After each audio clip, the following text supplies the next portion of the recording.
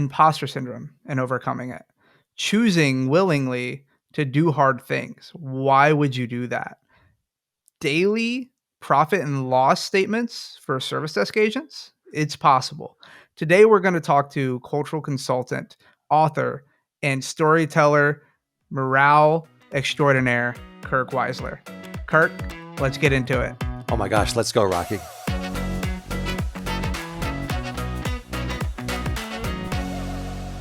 Today we have Chief Morale Officer, storyteller extraordinaire, friend of HDI, children's books leadership book author, Kirk Weisler with us. Kirk, how you doing?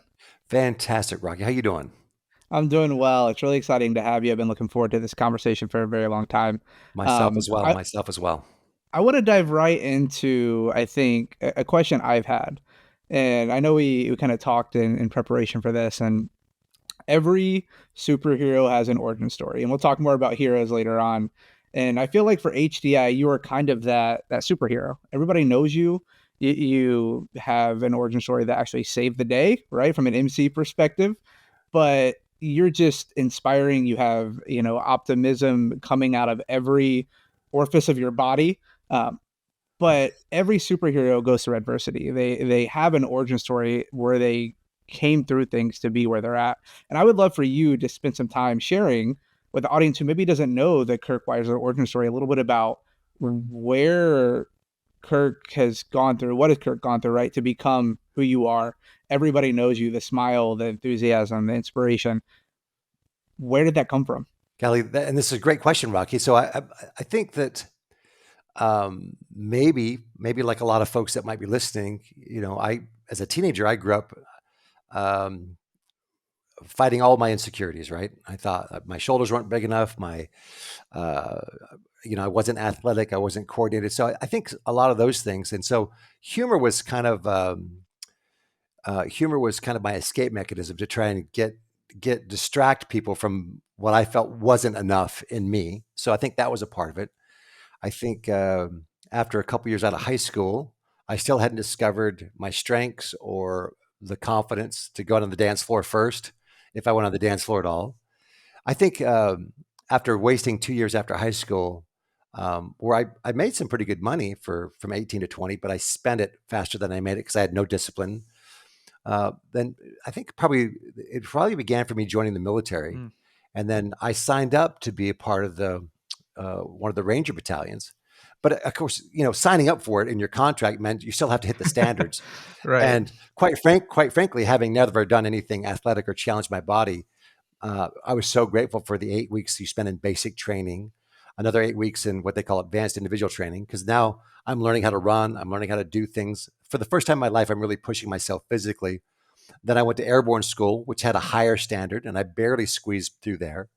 And then I got assigned to a Ranger unit. And being assigned to a Ranger unit was great, but they had a higher standard still, and you've got to meet that minimum standard. And by the way, I was just barely meeting the minimum standard for the first year as my body was catching up. And by the second year, I was like, oh, my body was now conditioned.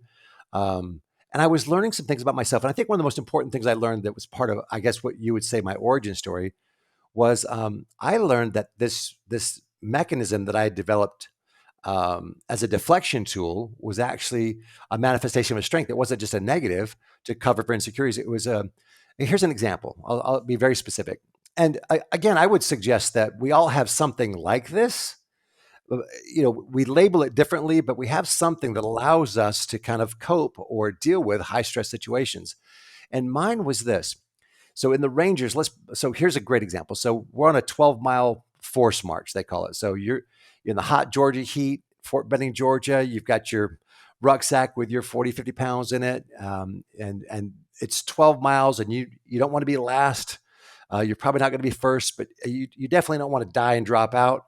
And so you're making this march. And so now so somewhere in the 2-hour mark, people have gone to a very dark place. It's very quiet as we're just slogging along these Georgia back roads.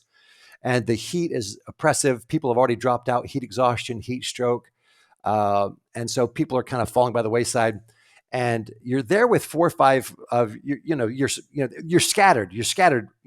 This train wreck of Rangers or ranger wannabes, if you ranger candidates, if you will, the strings out for miles now. So I remember Davenport's on this side, Trey's on this side, Tokaji's ahead of me, and it's just this quiet place. You feel yourself kind of going into this dark place, like you're looking down this ravine and you're going, if I just pretend I trip and roll down this ravine about 40 yards down to the bottom, they'll probably take the ambulance to pull me out or something, and I can. So you begin to create these really like this narrative to escape the pain. And at that point, this is when this thing kicked in me, and I would say, man, can you even believe it? And I just, can you even believe it? I'd said out loud, I can't even believe it. And everyone's like, what are you talking about? What are you talking about? What are you talking about, Weisler? And I go, we're getting paid for this, like we're getting paid, And so it was just, which was unexpected. It wasn't inappropriate, but it was just unexpected. And then people say, then they go, Weisler, you're freaking nuts. You're a nut job. And so, but it was a mechanism for myself. But what I learned was that this was a welcome distraction for other people that were in that, kind of found themselves going that dark path. And so I got attention for that, but it wasn't a negative attention. Like it was contexted negative when I did it in high school, but here I realized this was helpful. And that when things are boring and hard, that sometimes that needful distraction was something I brought to the table. Let me give you another example. Now I've survived the first year in the Ranger Battalion, but what you really want to do in the Rangers is you want to go to Ranger School. And that's the 2-month Ranger course. And the first week of that course is when you have 50% attrition. 50% of the people that prepare to go wash out in that first week. They call it Hell Week. And there's a reason for that. And so again, to be clear, I'm not God's gift to anybody, but I've got the confidence that I can do this. I'm not going to be the leader in this school, but I've got the confidence now with my background. I know what's expected. And so now it's that second day, you're getting up at 3 a.m. and they're yelling at you. And it's like something from the movies. They're yelling, and there's these big muscular guys in black shirts walking around. And there's all these Rangers students in this, and they're doing push-ups. And there was this guy next to me, and he looked like a baby Arnold, right? This guy was just, he looked like something off of a cartoon, like Sergeant Rock or something. His arms were 3 times as big as mine. His chest was deep and thick, and he had a 5 o'clock shadow at 3 a.m. He was like an alpha. But there's a couple hundred of us, right? And but here's the thing. This guy next to me could do 500 push-ups. I could do 120. Right? So, but here's the thing. At muscle failure, it didn't really matter how many you could do or how many he could do. At muscle failure, it's muscle failure. The thing is, I had experienced muscle failure a lot more often, a lot more frequently than he did. So when it got to muscle failure, right, we're both just shaking. Now, again, he had done 350, 360, 380 more push-ups than I was able to do on that set, right? But now we're both just shaking, just trying to hold our body off the ground. Meanwhile, the instructors are running. Rah, rah, rah. Now, again, I was used to being here. I'd been here a lot more than this guy. In his high school football team, he was probably the rock star. They're like, oh, good job, Johnny. Right? And they would go, right, focus on other people. But now he was there. And so these Ranger instructors are walking around. So again, it's dark 30. There's dust coming out of the sawdust pit. And there's just sweat and pain and moaning and growling and yelling. And this guy lets out a little bit of whine. He just, right? He's really, but he let out this whine, this little whimper or whatever. And when he did that, the instructors just descended on this guy. Did I hear a whimper? Well, you know what? He wasn't used to being yelled at like that. I was.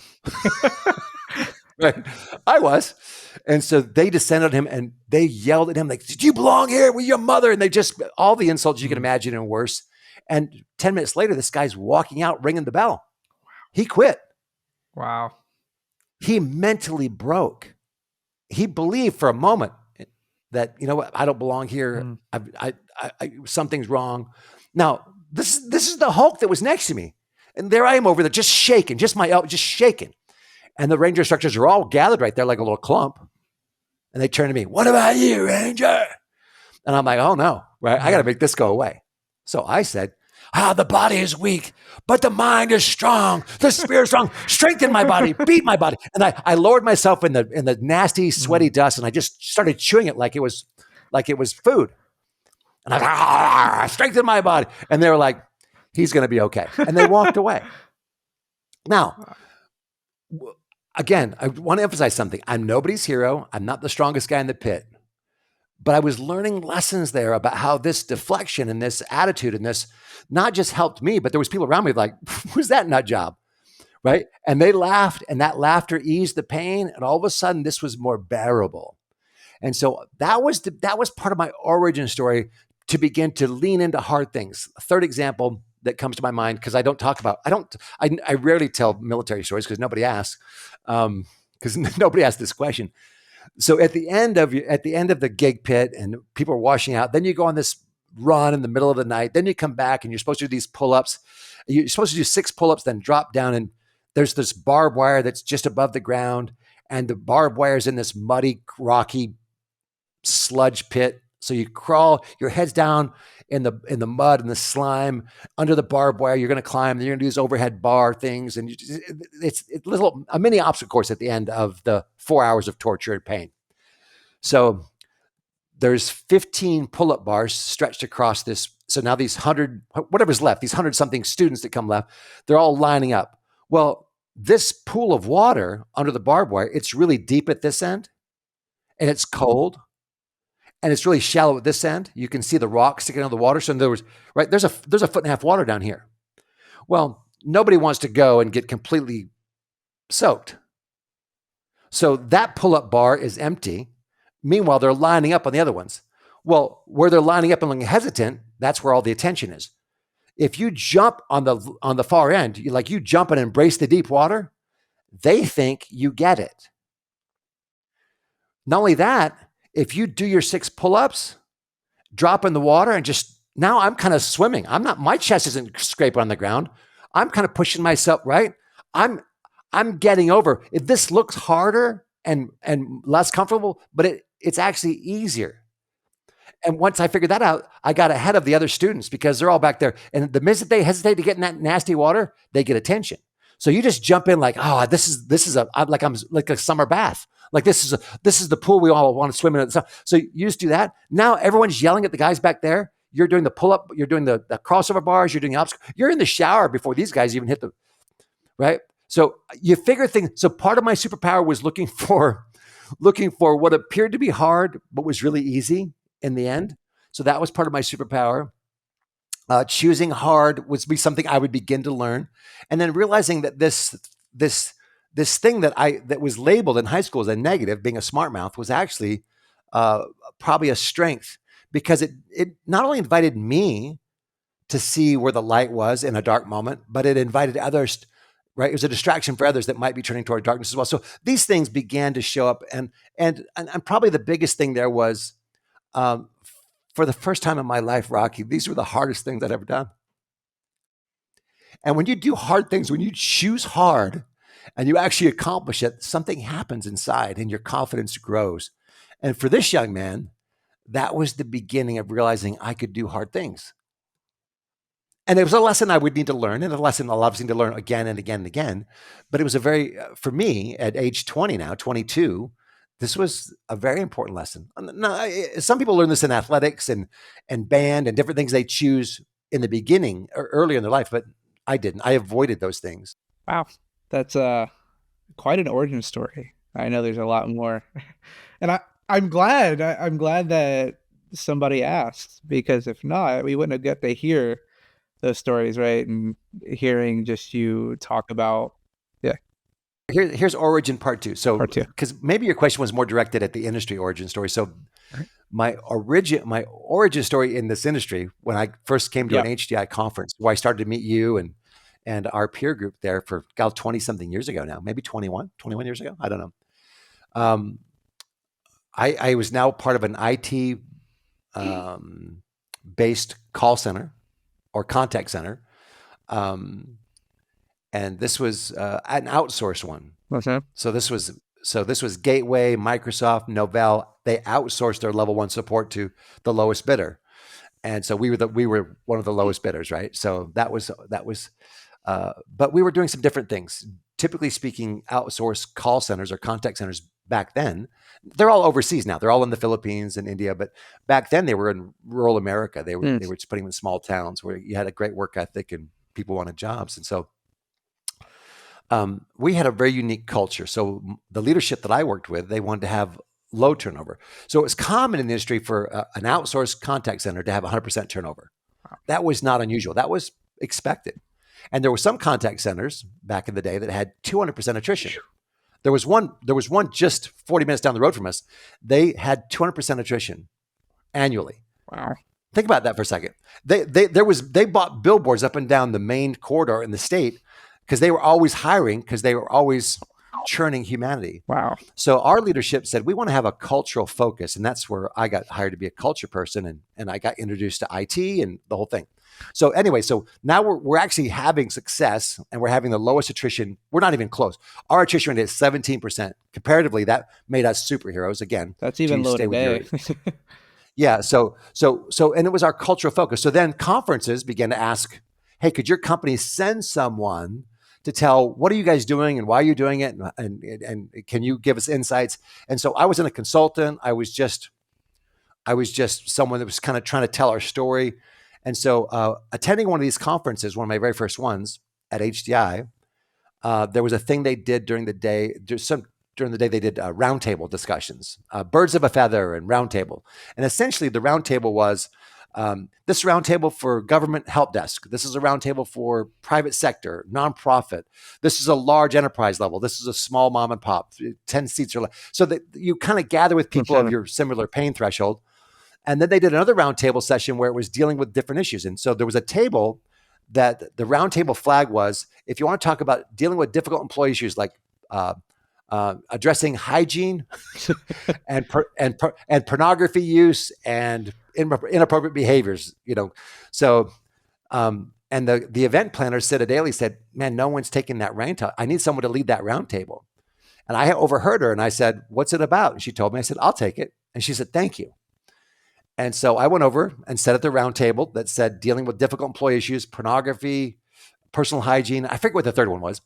And so I stood there with a big smile on my face, and I thought, well, we've dealt with these things, right? we found people looking at websites they shouldn't have, and we've had people that we had to say, you need to go home and take a shower, and Yeah. right, that kind of thing. So, Yeah.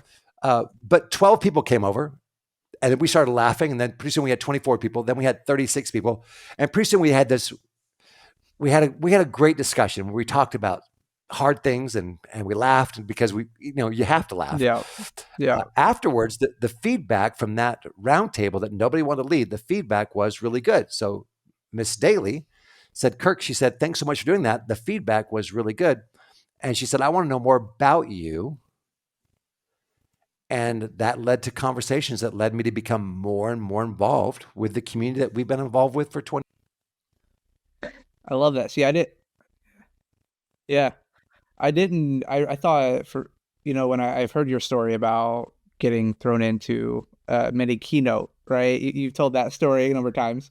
I didn't realize it started with you being a call center morale focused guru, if you will, and just talking about things that nobody else wanted to lead their discussion on, right? Like, That was one point. That was one touch point with Senna Daly. The other touch point is the other story that you are familiar with. This was when my boss put me in his slot for a mini keynote. how many years in was that to HDI engagement? Oh no, that was prior. Probably that was prior to the story I just Oh told. wow! So that was before you were even. Yeah. Okay. I may have taken that roundtable because Senna Daly, I knew she was mad at me for the first incident. I may have taken that to try and suck up to her, and because she was pretty upset with me and Art for that little switcheroo thing we did. It worked out well. HDI has that little switcheroo to thank, I think, for your engagement and presence with HDI, right? And the many breakouts you've done. And let me, one, say thank you for being vulnerable and sharing your origin story. I think sometimes it is hard to talk about, like, well, I was a kid who didn't have confidence, right? I had this weakness and just being open about that.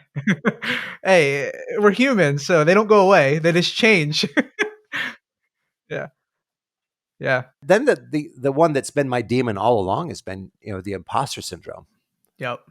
Where um, you think, okay, I told the story and people enjoyed it and everything, but then for some reason, the next time you're asked to tell that story, you're like, do I? Everyone's already heard this. Do I really have anything to share? And you begin. This little dark voice says, you know, is there really anything there? You begin to just devalue Mhm, yourself and devalue your experience, and the imposter syndrome is a very real thing for a lot of people, and it's one that I'm like, well, you think you slayed that beast, but it comes back. mm, It comes back, and you have to go. Wait a minute, I mm, know you, I know this voice, and you got yeah, to pull your sword out again and go to battle. yeah, that's true.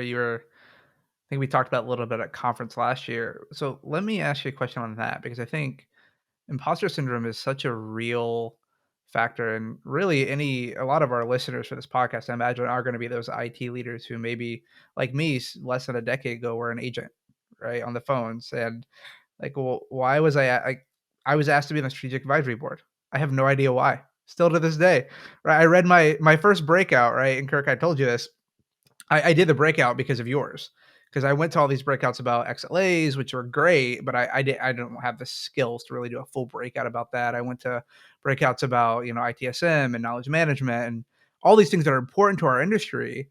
But the last day, and I don't know if yours was planned or if you kind of filling in when they don't have enough spots. I wasn't sure, but I went to your breakout and I left thinking, number one, I need to make sure my team is the hero in their story, and number two, realizing that there's more that this industry needs to hear than just the latest technology. There's more leaders need to hear because I think you talked about it a little bit in just your roundtable preference, right? Leaders definitely in the IT industry supporting people who are in a transactional role. You think about it, right? I pick up I pick up the phone and I support you. It's important, it's valuable, but it's very transactional. Those leaders have so much more to give when they're equipped with the things that leaders everywhere need to be equipped with, right? And I had a story to tell and things I wanted to share, right? And that's why I did a breakout, and you got to come to that breakout, which was really encouraging, right? And I don't think I told you this, but the next day I skipped yours because I had wanted to support one of the local board members who was doing a breakout for the first time as well. So I skipped yours, but you actually did yours last year in the exact same room I did mine. So I sneaked in and took a picture because for me, it was just a surreal moment seeing you standing there giving a breakout in the same room that I did. So imposter syndrome, totally, totally feel you. How do leaders in the IT space who are growing their career, whether they're exec or they're a lead or they're a level two, or maybe they're now an engineer who trained themselves on Python, what do you do to break out of that in any role you're in? What have you found that works for Kirk? At first, I think at first I wasn't even, I didn't know what was going on. I was like, there was this thing, there was this, and then I'm like, oh yeah. And then if that insecurity begins to take root, Mm, here's an example where I wasn't, I mean, I guess I knew it was happening, but it was somehow, so I was in front of I was supposed to talk to a group of CIOs. And so I got in my head, oh, these are CIOs. So they're mm, not real people, they're CIOs. And since they're CIOs, I need to kind of change my presentation. mm, I need to throw some data in there. I need to show a few models. For some reason, I wanted to prove to them that I knew some CIO stuff. mm, And so I got away from some of the stuff that leaders need to do to help people feel seen and heard and valued and listened mm, to. And I shared some data and I shared a couple stories, but it wasn't my typical presentation. I changed my emphasis, I changed my focus, and I changed my timing. I spent about a third of the time on the stuff that I usually spend two-thirds of the time or mm, more. And the reviews were okay, right? The reviews were okay. But mhm, I knew, I knew. And I thought, what happened? And I said, I got in my head. mm, I let get in my head that these CIOs were CIOs before they were people, mm, before they were leaders trying to figure out how to become better leaders.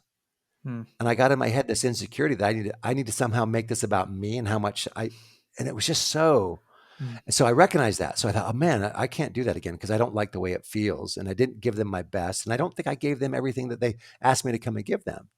And so I thought, I got to do something. And so now I find myself, not all the time, But when I find myself kind of getting in that place, I go, man, what are you doing right now? And then I remind myself of a couple things. So then it's self-talk. I guess the short answer to your question is self-talk and saying, hey, reminding myself, hey, these people in the room, they're just like you, Kirk, and they're trying to figure out how can we be better people. They're leaders just like you, Kirk, and they're trying to figure out how can we be better leaders. And just like you, Kirk, sometimes they forget about the stuff that worked so well for them in the past, and they start trying to impress people or trying to show how much they know instead of showing how much they care. And how does that caring manifest, and what does it look like? And so just those little reminders. Um, there was a ritual I did for about a decade. Before any presentation, I'd find myself in a bathroom stall, right? And but it was just a private place. I would go and close the door, and as a person of a person of aspiring faith, I might kneel. I might take a knee in the restroom and say, "Dear God, dear God, help me to remember and see these people in the room like I believe you see them, like you see me." Right. And so that would be that self-talk, the heavenly self-talk, whatever you want. But just to remind myself, these are people in there, and they're just like you, Kirk, and they're trying to do the best they can. And they're all what's that saying? Everyone's fighting a battle we know nothing about. Well, Mhm. leaders do Yeah. too, right? And so just getting back to humanity, theirs and mine. You and I, Rocky, sometimes we think we're more broken than anybody else, and it's just not true. Yeah. It's encouraging to hear kind of you walk through that story of the CIOs, I think, and it's the feedback. I read feedback, and I've only done one breakout professionally. I've spoken before, but in different jobs, and never professionally until last year at HDI. And I read the feedback, and it was interesting to hear you talk because the feedback, when I read it, I considered, oh, I'm not going to sign up for another talk. People thought I talked too much about myself, and I told too many stories about, I didn't get to the point, and some of it was valid, but I think Right. as you're talking, that self-talk for me, it's a good tip and reminder. Like for me, like I have a day job. This is an opportunity for me to show up to a conference with like-minded people who are in the same profession, and to your point, give. It's not about me, it's about them, and then it's much easier not to have that imposter syndrome, right? When it doesn't matter what you feel you're doing well or not, because your goal is to give, right? What is the people in the room? What are they receiving from you? And you let's pivot a little bit. And something a lot of people know about you is you're an author, a published author, and you have 3 books that I'm aware of, unless there's some that's been released that I'm not clear on, and they're leadership books. But you very intentionally pose them as children's books, right? And about dog poop, and about a boy and a broken mirror, and about a cookie thief in an airport. And walk me through kind of what inspired you to tell stories, which obviously the audience who doesn't know you clearly can see you're very talented at. Um, but taking that skill and putting it to leaders in a Mm, book that also could be a kid's book. What inspired that? Like, what motivated you to do that? Like, how did that come to be? sure. So this is like an origin story as well. So I'm of the age. Anyone that's kind of in my age bracket probably grew up reading Dr. Seuss. Um, My daughter is Dr. Seuss, and so she's much, much, much younger than you, Kirk. my first 2 books I tried to make them rhyme because I just thought, well, I like books that rhyme. Not claiming any Seussisms because right, there's a galaxy between his books and my books, but I wanted to make them rhyme. But the first book, the Dog Poop Initiative, the first book I ever wrote, there was no intention. I had no intention of becoming an author, and certainly not being known as the dog poop guy. And some people don't know your name. They go, "Oh, you're the guy that wrote the book about poop, so you're the poop guy." So there was no ambition for that, no vision for that. But the book is based on a true story, and the true story and the original email is in the back of the book. So the last page of the book tells the true story, and that's kind of the origin story of the book. But so there was a pile of poop on a soccer field, and the solution had been for two hours or so for everyone to make sure everyone knew where the poop was. And by the time our kids show up to find them to play on the soccer field, they'd been passing along the poop warning for a couple hours, and so we got the warning, and that was kind of the basis of the book. We're like, really? All these adults are making sure everyone knows where the poop is. No one took 2 minutes to clean this thing up. And processing that the next day after you kind of really felt what happened was like, I processed it, and I was kind of like so bugged that all these children saw all these adults for all these hours pointing at poop instead of, right? Because right now, if we want to see people pointing at problems and not doing anything, we can just look at Washington, D.C. We can look at our government, and we can see that 90% of the time, it seems like they're all just pointing and blaming. And what we need is someone to go in there and clean it up, Hmm. right? Instead of accusing the other party and the other party. And right. So all these children watching all their parents and grandparents do the pointing instead of doing the scooping really bothered me. And I thought, Yeah. this is not how we're going to raise the leaders of tomorrow. So in my rage, in my righteous indignation, right, I, I wrote this in 3 paragraphs that I didn't spell check, and I sent it out to, an email list that I had, a couple thousand, I don't know, a few thousand people at the time. This was before blogs and vlogs were such a thing. Mm-hmm. And I just wanted to, this is what happened. I didn't know. I was just venting. I was just freeing my soul. You But didn't know Boeing was gonna buy a bunch of copies. well, no. There was no book. This was just an email. There was no Okay. book. Okay. So, but people began to respond to the email. Hey, Kirk, thanks for your message. We read the poop story at our staff meeting. They read this email in their staff meeting and then had a meaningful discussion about pointing and blaming behaviors that they were dealing with. And instead of shaming someone, they all saw themselves in the story as, I'm a pointer sometimes, and I don't like that about myself. And oh my gosh, I'm doing this behavior. So something about the story itself invited people not to accuse others and say, look at you, you're a pointer, but to see themselves. Because we all see things we could do better. And we all kind of excuse ourselves and blame someone for the mess because we don't want to take, right? And so there was something in there. And my brother, who at the time worked at the Pentagon, said, yeah, we read it in the Pentagon. I said, you read the poop story? He goes, yeah. And so he said, Kirk, you should do a book about it. So without getting into all the weeds, a year and a half, 2 years later, I figured out how to do a book. And smart people could have figured it out quicker, but got the book done. And then I thought, well, will anyone buy the book?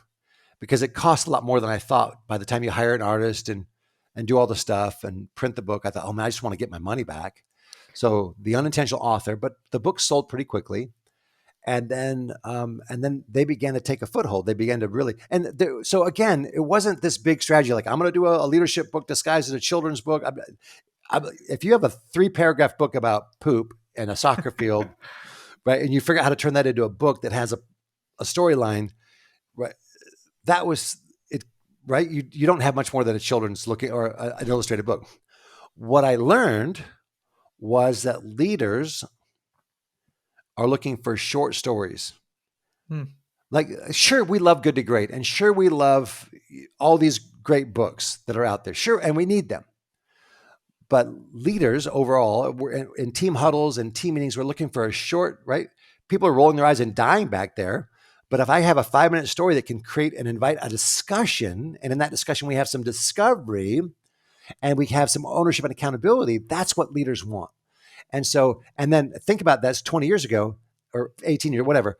Now, attention spans are shorter than ever before. So this book has actually increased in value over time. It gets more and more popular. And leaders love it because it is short. It creates discussion and discovery without shame or embarrassment. People begin to move towards accountability and ownership. So they love that. So after the first book, after they bought all the copies that I printed and I got my money back, I thought, oh, I printed more. And of course, printing more was less than printing the first ones because I didn't have all the overhead of the first one. And then I thought, what's another story I want to do that has been meaningful to me? So that's The Cookie Thief, which was a story told by the Covey Leadership Organization. But for me, and they use it to teach the principle of a paradigm shift. Yeah. For me, it's about what happens when we rush to judgment. When I think someone stole my cookies, they didn't really, but when I think they did, I began to create a negative narrative. And this happens all the time. Oh, they're going to change this new process. They're reorganizing the team. Oh no, it's going to be, and we create these negative narratives. We don't know. Nothing's happened yet, but we're already going negative. Our orientation is negative. And then we create narratives that support our negative viewpoint. Again, and now we're a self-fulfilling prophecy of negativity. And we've already sabotaged everything before anyone has done anything.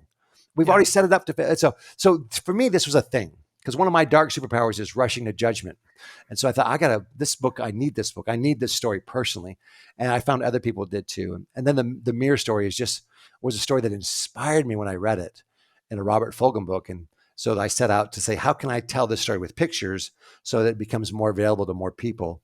And so those are those are the three books, and they've been well received, and I've been very grateful for that. And there's other books I want to do. I want to do Pigs on Parade, and I want to do a story about that life is neutral, and we're the ones that decide whether things are good or bad. But life isn't good or bad; life just is. I like And that. so, yeah. Yeah, I like that. I think when we have a little bit more time on a different episode, we'll have to have you talk a little bit more about the story, about actually getting to a place of being able to publish the mirror story. Oh That's a yeah. pretty good story in itself. The Yes. dog poop initiative, which is back here with me. Yeah. Yeah. I when I got back from conference, I bought it, ordered it on Amazon, and didn't order it directly. So I probably should have ordered. Probably should have just bought it from you at conference. I don't know why I did. Yeah, I don't know either, Um, because when Amazon when Amazon sells a copy, they make a lot more money than I do. right, right, And right, I'm right. thinking, Uh, but we love Well, them. it was before. I'm in a different role now, but I was an operations manager at the time, and I had leaders that I led, and I spent Did you read it to your team? I spent a Friday session. We have Friday weekly meetings, and I put on a robe, and I got my pipe. I didn't actually light it, but I had my pipe, and transparently I did take pictures and put it in PowerPoint, but I also had the book with me. I didn't send it to anybody, Right, but right. I read it. I read the story page by page, story time to my leaders, the Dog Poop Okay. Initiative, a dog about poop, and it's fantastic for that, right? Because it is every organization has things they're trying to accomplish, Yeah. and things change. And to your point, it can look like there's a lot of So, problems, but what are you doing about it? so here's the Yeah, thing. So yeah, you read a children's looking book about poop to your team, and how did they I did. respond? And the initial response was good, good, Okay. encouraging. I think people sort of identify with, oh, yeah, I might be poking that poop, that broken knowledge process. I might be poking that instead of actually trying to do something about it, right? Or Right, right. complaining. And in the industry now, what I'm seeing, Kirk, and this is just in kind of transitions to the next question I have for you, Sure. is there's a more and more emphasis, which it probably should have been this all along, on outcome, right? Not just okay, what is your metrics? How many people do you need, right? What are SLAs? But how are you driving business outcome? And things change when that happens, right? You have to look for CSI, continuous service improvement opportunities. You have to look for ultimately goals that are going to help you. In my industry, I'm an outsourced organization that I work for. Okay. So I have probably 20 accounts within my portfolio, and they all have different desires for their business outcome, right? They're none of them are the same. Right, And right. so how do you set goals that ultimately are driving to the outcome when those goals all ultimately have to be set by somebody, right? Right. And so my question for you is, in the IT world and the service desk world and really any leadership role, you set goals for your team to achieve a target, Right, right. to improve things, right? And they don't always know it's tied to revenue, it's tied to margin, it's tied to, right, all of these different things, security. How do you take a goal that you set for your team as a leader and make it more than just a target to achieve, make it more meaningful for them? Like, what are some practical things as a leaders can do to talk about the transformation they're trying to put in place, the goals they have for their team, Sure. and make it meaningful for them, make them not just feel like it's a target to reach, but something they are excited to achieve? I think that the very first thing to consider is, and I'm trying to imagine anyone watching this podcast that isn't familiar with Simon Sinek, and Yeah, I the think he infinite set the game. gold standard when he talked about the begin with why. Hmm. Anything leaders can do to create clarity on the why. So here's this thing that we want to do, need to do, going to do, talking about doing, right? Why? And the more clarity we can create around the why, the more drive and confidence we give people. And the more clarity we can say, every time we do this, here's how it's connected to that. So every effort I'm making, is it moving me towards this thing? But here's the thing: overwhelmingly, the research tells us that there's this disconnect, that people aren't clear on the why. So leaders have to get really, really good. And getting clear on the why is not a leader saying, is everyone clear about why we're doing this? Because everyone's going to go, so no, you got to check for clarity, and checking for clarity isn't saying, are you clear? Checking for clarity is, help me understand, in your own words, tell me why we're doing this. And then if it's not clear, you don't blame them, because you must have said it in a way they didn't get it. So checking for clarity is huge. And getting that clarity why is also huge. I Mm. think another principle that one of my leaders helped me was, hey, listen, sometimes you come back and here's the goal, because you can't always get input. But there's a Yeah. principle: people support what they help to create. Mm. To any extent that you can help people be involved in the creation of the goal or in the telling of the why. In other words, how do we communicate this why to the end? And leaders are tempted to say, well, I'm the leader. I need to kind of, right? Right. And so leaders, right? That's what leaders Mm. do. So they're tempted to, here's the goal. Here's why we're doing it. Here's what we have to do. Now get her done. Okay. Well, everyone's over there nodding. And is that it? Yeah. No, no, that's one way to do it. But a more effective way might be to say, hey, listen, check for why. So, hey, Tommy, Linda, how can we communicate this to the team? What's an effective way? Well, I Mm. think something, something that, oh, really? How would you go about that? Oh, fantastic. Can you be in charge of that? And now we're kind of talking about Captain Bravashov. It's your ship, right? What do you Yeah. think we need to do to turn the Benfold around? Well, I think we need to do these things. Yeah. How Mm. would you go about that? Well, can you be in charge of that? He said to gain control of the ship, he had to share command. To gain command of the Mm. ship, he had to share control. So anything that we can do along those lines helps people. So let them have a I piece of the creation of the goal. Let them have a piece of creating clarity around the goal, and then watch. They'll have a little bit more pieces of supporting and helping that goal to be realized. Those are a couple things that come immediately in my mind. those are, Is those are that good. No, close? those are good. It's Okay. it's funny because I'm like the reason you see me smiling so big when you said some of those things. I'm currently writing an article for HCI on generative AI and just leaders Okay. approach. And one of the things that I think in technology and change and fear and of goals that I don't know why this is happening is the way to bring hope and foster hope is give people a seat at the table. Right? You said it point blank.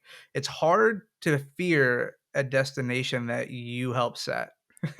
It's really hard to fear a destination that a future that you're helping create the vision for. And I think a lot of leaders, to your point, maybe don't even understand the why. Right. Right? They know the output that they want. They know the the factors that go into the output, but I wonder how many leaders genuinely can say, "Well, what do I want for my team?" Instead of just asking the question, "What do I want from my My team?" team. Yes. And what do we want for them? We want them to feel Right. engaged. We want them to feel a sense of meaningfulness. We want them to feel like everyone. I want to know. I want to know that what you and I are doing is going to be a meaningful contribution to our community. Right. We want a sense of meaning in what we're doing. And so when you Mm. said, "Hey, Kirk, would you do this?" and I said, "Why are you doing this?" and you said, "Well, I want to serve our community. I want to." Da, da, da. I'm like, "Boom, I'm all in." You have a meaningful mission with this podcast. I want to be part of that. So anything we can do to give meaning, I think when Yeah. Rebecca and I first were married 33 and a half years ago, um, we were in college, right? We're still in college. So just poor college students. But we set a goal that we wanted to save $10,000. We thought it was important as a young couple to have a little bit of a savings account. We got married. We paid for our own wedding. It was a $700 honeymoon. It was just, Yeah. right? So we said, well, Rebecca, the first thing she did was she drew, remember when a piggy bank, Yeah. you actually had a piggy bank with a slot in the back. Yep. She drew the outline of a pig, and every time we'd save, she shaded this thing in. So they had numbers all the way up this pig's carcass. And so we shaded, she had a big fat pink magic marker. And every time we saved a certain number, she shaded in this pig. And pretty soon the pig, and so there was this measurable thing. We were keeping score.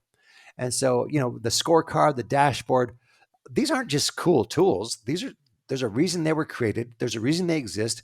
There's a reason we like to keep score because we like to Mm. know that we're making progress towards the goal. Anything leaders can do to help out. Like I remember one time in our contact center back in the day, we created an agent profit and loss statement. So Tell you me say more.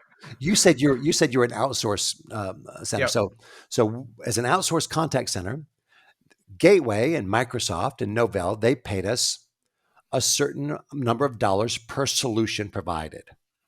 So, so let's just say $10 because it's an easy number to work with. So every time we provided a solution for a Gateway customer that called in and we solved the problem for them, they paid us $10 for that Okay. solution.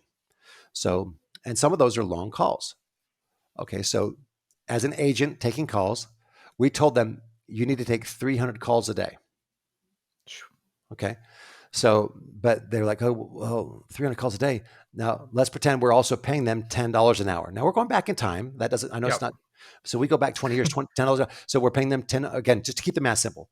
So here's Eddie back there. He's working 8 hours a day. He get paid $80.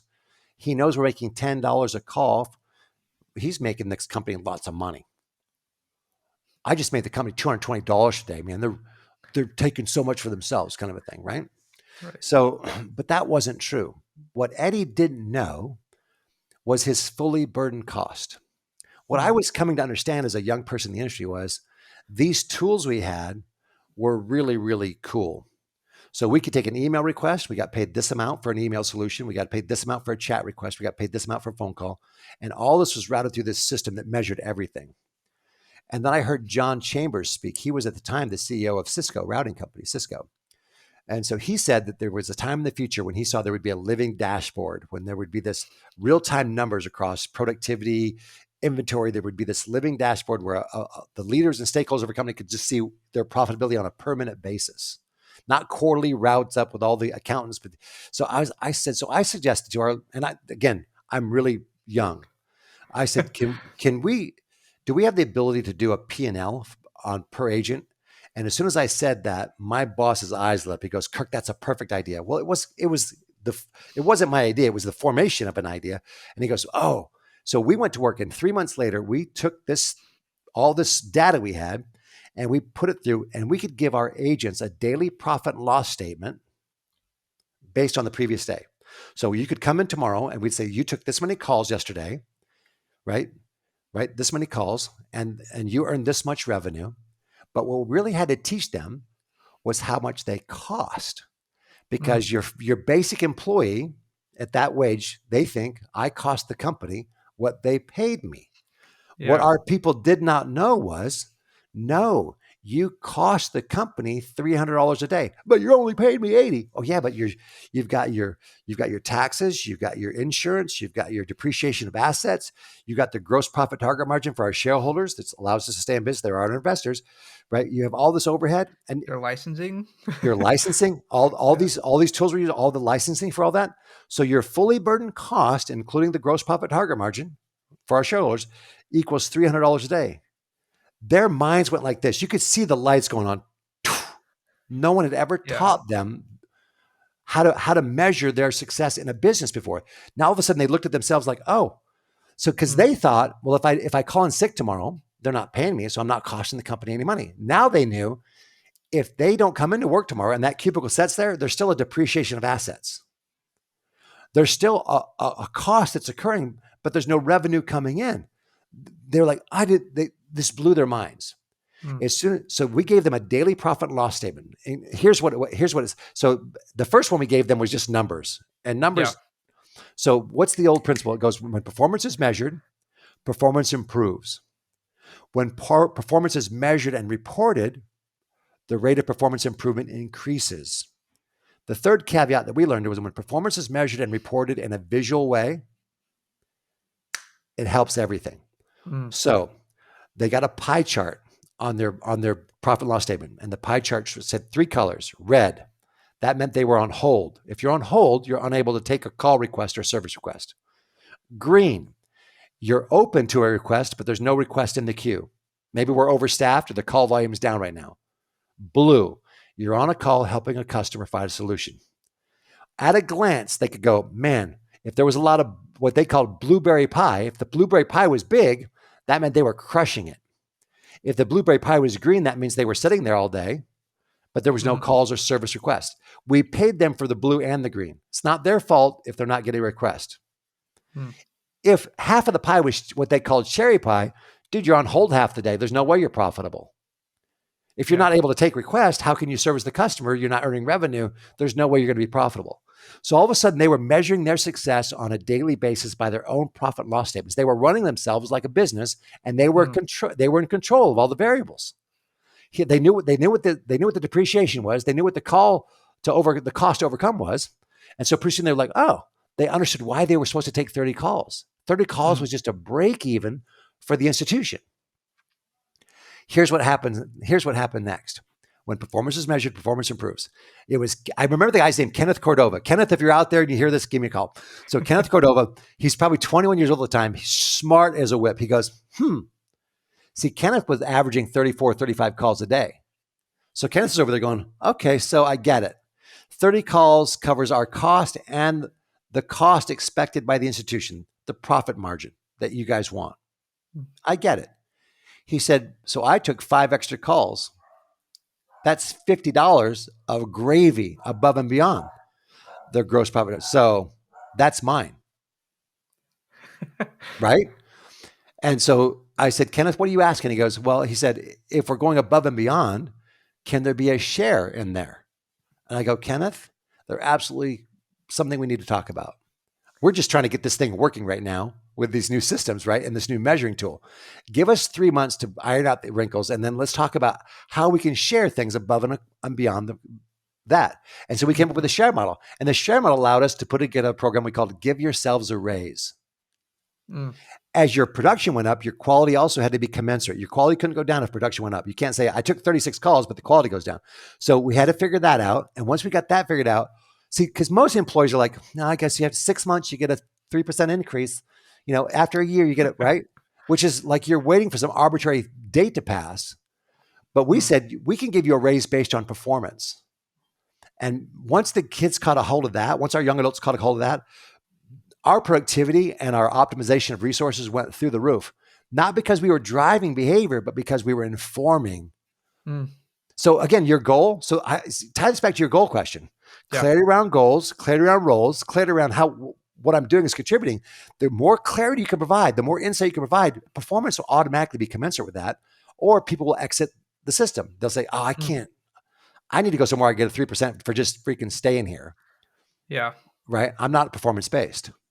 I'm It's endurance interesting. based. It's interesting because I think I never thought about, like, obviously we look at metrics, right? Quality, HT, productivity, all that stuff. I never thought about putting a dollar sign next to that, because I think we do a good job in our organization of speaking to, okay, here's your client A. Let's say they're manufacturing, right? And they're manufacturing household goods, or Right, right. doing research. Like, we do a good job of helping communicate the true impact they're making to these people every day, right? This is your client and this is how you serve them. Here's how you're driving their day to day. Here's how you're impacting that human you're talking to.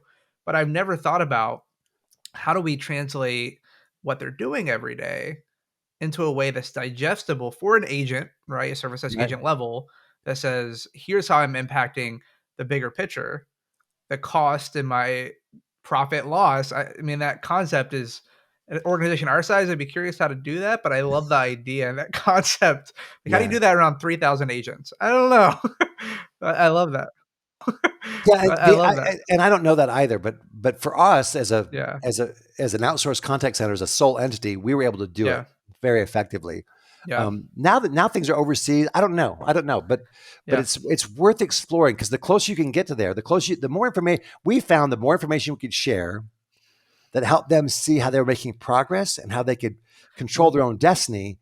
The more I empowered they felt to do that, the more they wanted as to. So a and yeah, as an agent, yeah, when I started 6 years ago in the industry, I had no idea, like, the cost of anything or the impact of me not coming to work, or, like, it's just interesting to think. Like, I feel like, I wonder why leaders in some organizations, or some leaders, and it differs probably in organizations, you might have one or the other in the same organization, but are afraid to give that information. They feel like, oh, I got to keep it close to the vest. yeah. Like, why are we shy about, hey guys, we're not hitting our revenue target? Like, that matters for everybody, right? It impacts everybody, not just the leader who's afraid to share. I'm just curious your thoughts. Why do you think leaders are afraid to share that kind of news or those kind of data points, right? Maybe it's good or bad or indifferent. A couple Like, ladies named Sherry and Beverly wrote a book called Love 'em or Lose 'em, and it was about employee engagement and retention. And they said that most employees have never been asked these 6 questions, like, what do you love most about your job? What would cause you to leave? What do you mm, find least interesting about your job? Have you ever considered leaving? Just they're like, oh, I don't want to Yeah. ask. And so they said most employers don't ask these questions because they're afraid they'll plant ideas in people's heads.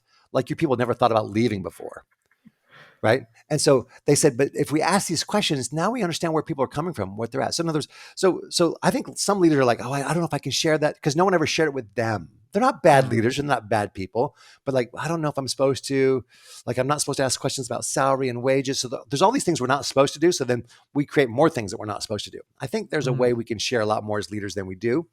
And that's believing in people, trusting in people, and then say, well, listen, if I had this information, what would it mean to me? Like, oh no, they're going mm, to feel like we're making this much money on them. Well, no, they're not. If they feel like the company's taking too much gross profit target, right? They're taking too much profit. Well, then teach them about their fully burdened cost.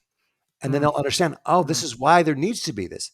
So as the more we taught people about business and about how to run themselves like a business, the more we felt, and again, Yeah. every leader's not there, but I was blessed to have some leaders that were willing to try these things and willing to push the envelope. And I think the results of our engagement, our turnover, our productivity ratios, I think all those things showed that. Again, we made mistakes. Mhm. I don't want to hold this up as a standard, but our experience by and large was a very positive one. And the utilization of assets that we had, the way we measured our key indicators, um, were very affirming. And so Mm. my experience says more information is better than less. So I have one question I want to ask you, Sure. and I'm think I might have warned you. I try to ask all of our guests the same question to wrap things up. But before I do, are you working on any projects? Are you working on anything that the HDI community or anybody listening to this around leadership and specifically your really anything that Kirk's Mm. wisdom can offer Oh, anybody who's leading a team that is worth noting? You want to talk about? a couple things. I'm working on a couple books. So part of my Okay. big five hairy audacious goals this year are the two books I didn't get done last year. I want to do 52,000 push-ups again this year, 1,000 a week. I'm on track for that. I just did on March the 10th. I did my 10,000th push-up for the year. So that's 10 weeks in the month. So that was fun. This year, I'm also this background you see. This was a white room a couple days ago. My wife and I painted this room into a podcast studio. So in a couple months, I'm going to launch the Initiative Institute podcast. And the idea behind this podcast, uh, like your idea, is I want to inspire people to take initiative. So we Mhm, all see things that need to be done, but I want all the guests are going to talk about, they saw something and a lot of people saw it, but they just chose to do something about it. And I mhm, want to talk about that moment they chose to do something about it. The moment they laid aside their fears, their pride, their insecurities, and just they acted on this thought. Because initiative is seeing something that needs to be done and doing it without being asked. So they chose to take this risk. They chose to do this uncomfortable new thing when everyone else was just complaining and pointing. They acted. And I mhm, want to unpack those stories with the intent that those stories can inspire more people to take more action in our lives, because initiative mhm, is the kernel of leadership. It's the birthplace of leadership. The moment that we take initiative, the moment we take charge, the moment we take a lead position to do something. And so the mhm. Initiative Institute podcast is probably my biggest project this year, and I'm trying to get this whole studio set up for it. And so, and maybe you might be one of the first guests. Hey, I have a life of adversity that I would love to tell. Like I've thought about it before. Like at some point in my life, I want to write a memoir. Uh Grew huh. up in poverty, a twin brother, single mom, like Yeah. Yes. alcoholic dad. Like me being where I'm at, having a wife that stays at home, Right. who Right. takes care of our girls, being, in the position I'm at, like imposter syndrome is real, but man, gratitude is so much more real because Yes. I'm a abnormality to the statistics. Single father homes, those kind of things. So Yes. love to That's it. talk to you about Yeah. adversity and taking initiative. And Yeah. I could That. probably even pinpoint the moment I realized like I need to do something. And I think it's when I Yeah. realized I wanted to marry my now wife. I think that's what the kick in the butt, really, Yes. like Yeah. ultimately. Yeah. Yeah. She's a queen, so I need to be a king. Right. Instead of the court jester. So yeah, no, I listen. So thanks for the encouragement and thanks for your example leading out. Yeah, absolutely. All right, Kirk, let me ask you the one question that I Uh want oh. you to Uh end oh. off, and then we'll wrap this show up, and I'll send you on your merry way. I've So enjoyed our time. Go ahead. me too. Thank you so much, number one, for coming. So the question: you turn back time, and let's say you're talking to your, let's go 25, 26-year-old self, just because you talked a little bit about younger than that. So I'm going to make it 25, 26. So you're after you've learned some of those lessons in military training. What's the one piece of advice you would give 25, 26-year-old Kirk looking back, if you could go meet him and give him any advice? What would you say? Oh, I'd absolutely try to convince that young guy to choose hard first. Mm, You can live life hard, easy, or easy, hard. If you live life easy, hard, you're like, oh, you're kind of avoiding things. You're like, oh, I hope things work out. And maybe you're taking it easy with your health, easy with your exercise, easy with your education. And if you take it easy in these things, it's going to get harder later. But if you mm, choose hard first, like, I'm going to really establish some disciplines around my physical fitness. I'm going to establish some disciplines around what I eat, what I drink. I'm going to mm, establish some disciplines about my learning and education. I'm going to pay a price up front, right? Those things make it easier later, right? So you're mm, going to you're going to experience hard easy. If you go easy first, it's going to be harder later. If I neglect my health for 40 years, it's going to be really hard to recover from that. If I mm, invest in my health and set patterns for my health, same thing with my education. If I just avoid learning and avoid growth and avoid college and avoid certifications and I go, right? mm, But if I invest in my education and set a pattern for growth and development, right? More opportunities exist. And the more I invest in my growth, the more opportunities and doors and resources and choices I have. So hard, easy, easy, hard. I would convince young Kirk to choose hard. The other thing that comes with choosing hard is when you do like a hard, I'm not talking about hard things that happen to us. I'm talking about choosing mhm, a hard thing. And Andy Frisella in his book 75 Hard says, it's if we really are honest with ourselves, it's right after we chose and did and accomplished something hard that we feel the best about ourselves. And so mm, that self-confidence that I lacked so much growing up because I didn't have the confidence for sports, I didn't think I was enough, I didn't think I could do that, I wasn't as good as this person. Instead of just jumping in there and being as good as I could, right? So mm, when we choose hard things and we do it, our confidence goes up, our shoulders go back, and we feel more capable. The brain research on this is overwhelming as well. The brain research says that when we do hard things, we establish patterns in our brains, physical changes in our brains that teach us that we can do hard things. If we avoid hard things and we quit when things get hard, our brain also creates a pattern for that. Jordan wow, Peterson talks about this with lobsters in his book, The 12 Rules of Life or whatever. So he really talks about some of this research and mm. the chemicals in our brains, that kind of thing. It's really fascinating stuff. So choose hard. I'd tell that guy, Kirk, choose hard sooner. Do it now. Love it. I love it. Kirk, thank you so much for your time. Thank you. I Pleasure, mean, we Rocky. could talk, we could probably continue to talk for hours. And so, I love talking to you. I think the audience, you always have a lot to bring. And as they listen to this, if there's anything they take away, it's, hey, leave this podcast and go choose hard. Choose hard. Thanks, Kirk. And we'll All right. talk on the next one. Thank you, Rocky.